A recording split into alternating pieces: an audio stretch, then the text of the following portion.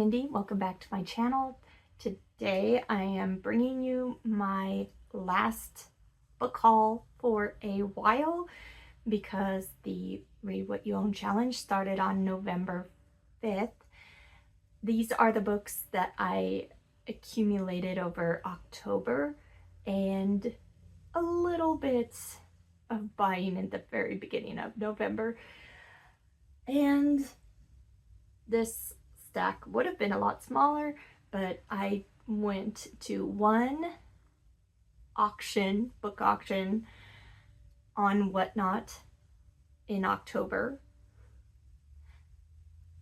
at the Vintage Vikings Whatnot, and I bought a lot of books and more than doubled my haul for the month.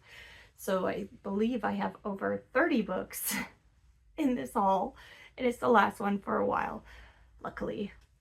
So I am going to start with those Whatnot books because the main chunk of them is a giant lot of Alastair Reynolds books. These are across different series and whatnot. There's 13 Alastair Reynolds books in the lot that I bought. One of the biggest sci-fi authors, and I want to read their series. So let me just go through them. Most of them are mass market paperbacks. So I have the Prefect, Diamond Dogs, Turquoise Days, but I really like space opera, so I'm thinking these will be up my alley. I'll just have to make sure I have the first book in all the series so I can start at the right place. But we have Pushing Ice,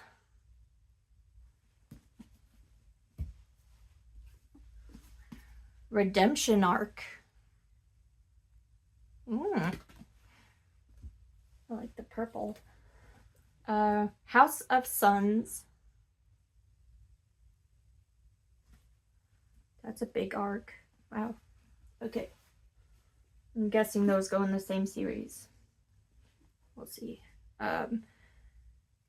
Galactic North.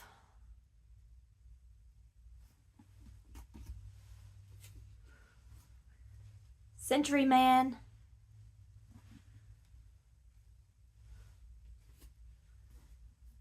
Chasm City. So many Alastair Reynolds books. Terminal World. I love the space science fiction, space opera type covers. They're amazing. Absolution Gap.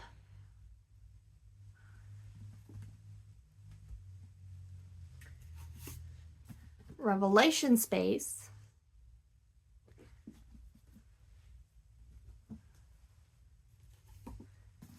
Shadow Captain. This is a nice floppy paperback. I love those. And a hardback. Pushing Ice. Okay, so I've seen some of the titles probably go together, but I have no idea like where in the series these books are. I have some research to do, but I just saw the big lot of 13 space opera books, and I want to read Alastair Reynolds sci-fi, and yeah, I just went for it. I also picked up the book of Frank Herbert. So Frank Herbert, author of Dune, short story collection. I bought another space opera, Dark Intelligence Transformation Book 1 by Neil Asher. Neil Asher, another author I would like to check out, and this is book 1 in the series, so that was a good find. I picked up Alternatives by Michael P. Kube McDowell. Alternities. The premise kind of hooked me and made me interested. It's a sci-fi book and it seems really weird. It takes place partially in 1966 and partially in 1977. Has to do with parallel Earths and evacuating top officials to parallel Earths in case of a nuclear war. And those times, 1966, Cold War. I also got a copy of The Chill by Scott Carson, and haven't heard the best things about this, but it's always been one I've wanted to check out, so I picked this one up for a really good price. And the last two books I got in the auction were actually free. One was a giveaway. I got a copy of The Illustrated Man by Ray Bradbury. I won a giveaway for it. Such a cool cover. And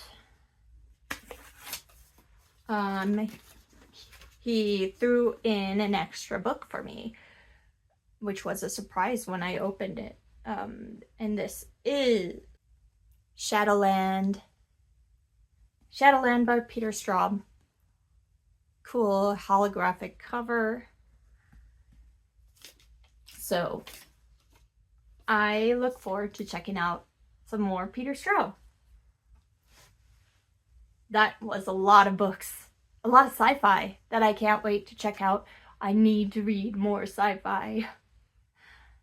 I want to read all the things.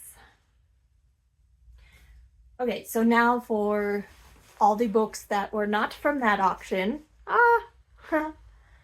Various places. I had 2 pre-orders come in October.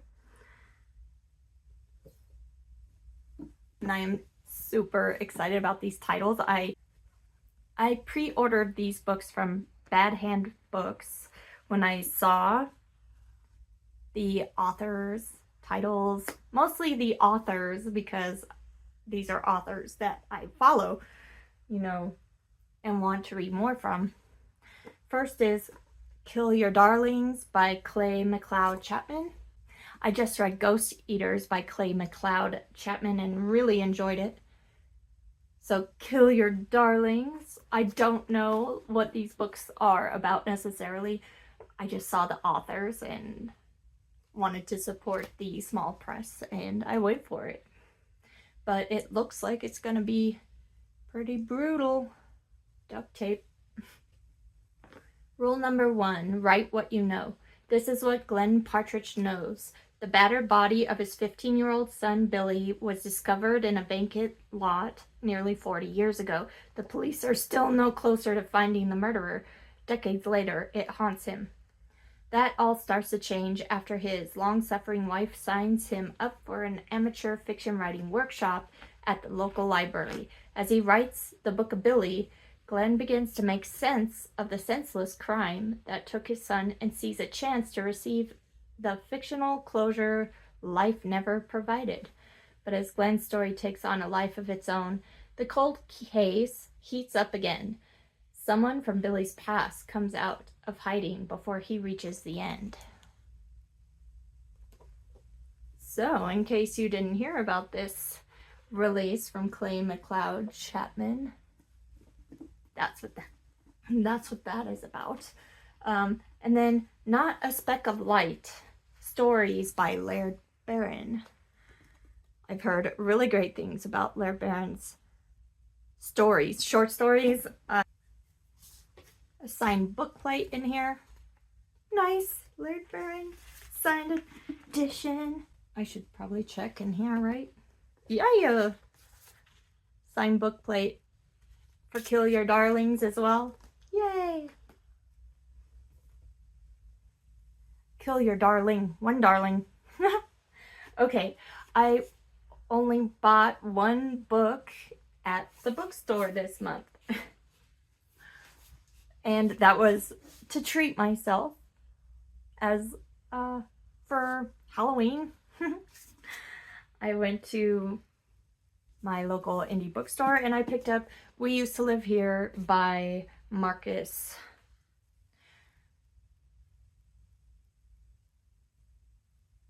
Okay.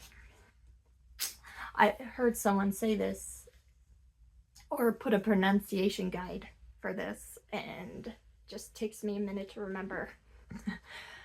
We Used to Live Here by Marcus Cleaver.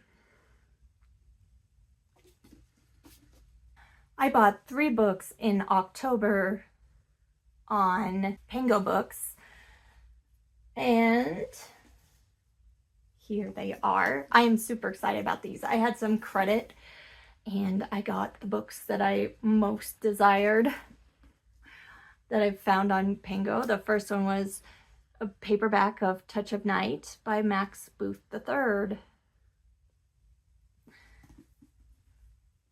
I wanted to read Max Booth III's books and I just have trouble finding them at decent prices, or the ebooks, or not ebooks, audiobooks for them. So I went ahead and picked that one up. And I also got Krampus the Yule Lord by Brom. This should be a good December read. It's definitely used, but it is still very readable. And there's artwork in this one too, and I'm sure it'll be a spooky, fantastical read. The last book I got on Pango Books in October was Falling by T.J. Newman. Heard so many good things about this thriller taking place in a crashing airplane. And the last books that I've picked up in October are for a readathon that I'll be co-hosting in December, which is Ghosts of Christmas Past, Resurrecting a Tradition. And they are anthologies of Christmas ghost stories. The first one is The Shrieking Skull and Other Victorian Christmas Ghost Stories by James Skip Borlase. So these are all stories by James Skip Borlase, which is a Victorian writer that I'm familiar with. I have not read any of his stories. I love this cover, and I am really excited to read these stories. The names of the stories are very intriguing and seem right up my alley. A Weird Wooing, or The Ghost Guarded Treasure, A Bride from the Dead, The Shrieking Skull, The Black Cat, Two Ghostly Swordsmen, The Fiery Skull, and more. I'm gonna stop there, but yes, ghostly tales sounds right up my alley. I can't wait to read ghost stories in December.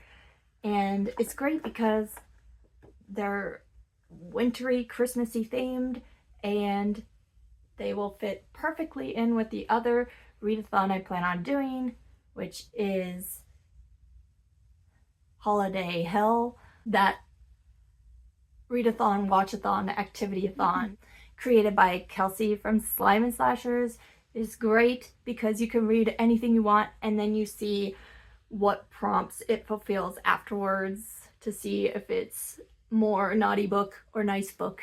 So I can read whatever I want, and I plan on reading a whole lot of holiday themed and winter themed books, and I am so excited. The other Christmas ghost story collection that I bought is Yuletide Frights, Victorian Ghost Stories for Christmas, edited and introduced by William P. Simmons.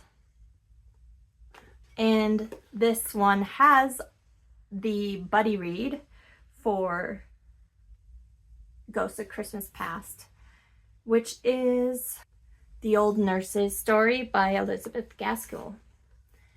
But it also has a different Christmas ghost story than A Christmas Carol from Charles Dickens, which is A Christmas Tree. A Christmas Tree by Charles Dickens. The Story of the Goblins Who Stole a Sexton by Charles Dickens. The Story of the Disappearance of an Appearance. Whoa, that confuses me. The Story of a Disappearance and an Appearance. Okay, that makes more sense. By M.R. James. The Christmas Banquet by Nathaniel Hawthorne. The Kit Bag by Algernon Blackwood. So yeah, and more. Big names in Victorian literature. But those are the ones that stick out. Those are the books I bought in October, but I did kind of go on Pango Books and pick up a few more books with my credit before November 5th. And they're actually not books per se. They are graphic novels, or they're comics and manga. So from Coral, from Pretty in Paper Cuts Pango store, I bought The Walking Dead volumes 3, 4, 5, and 6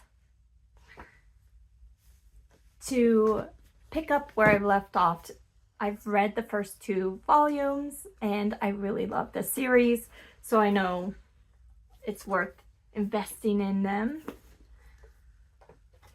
And then I picked up a manga that I've had my eyes on for a while and finally found a good used copy on Pango for a reasonable price, because this one can be pricey, and that is PTSD Radio Volume 1 by Masaki Nakayama.